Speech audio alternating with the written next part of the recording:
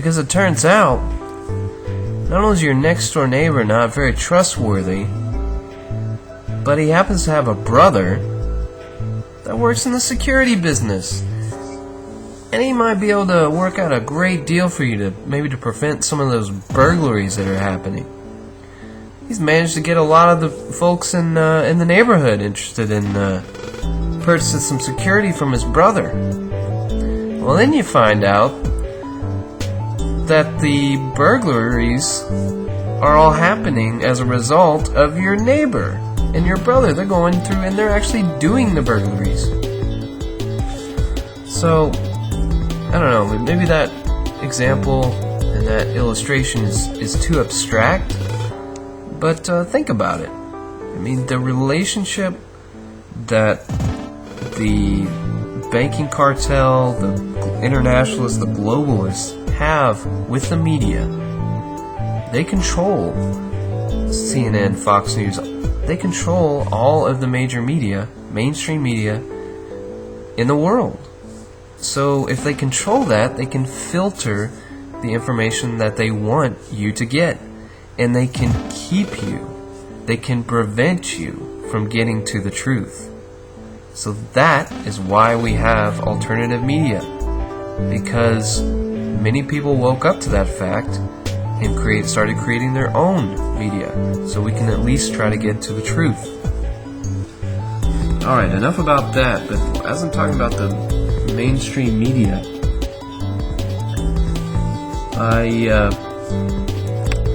let's talk a little bit about voter fraud and how it relates to the GOP primary.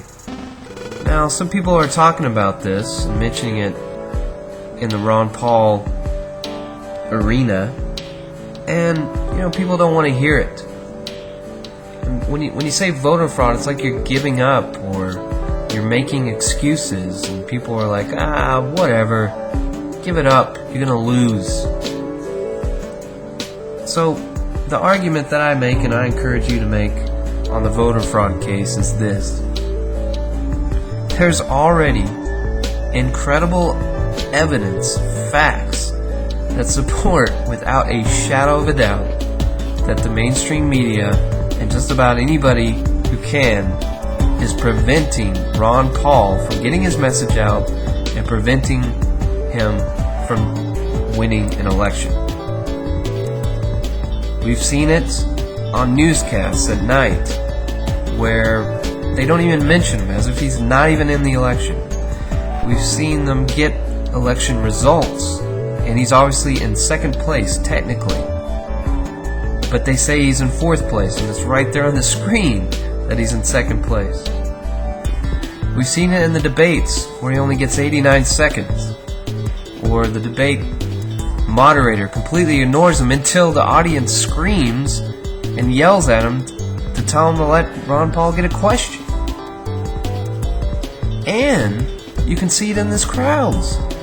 Outside of these debates, there's hundreds of Ron Paul supporters yelling and screaming, but you don't see Newt or Romney's people at these events.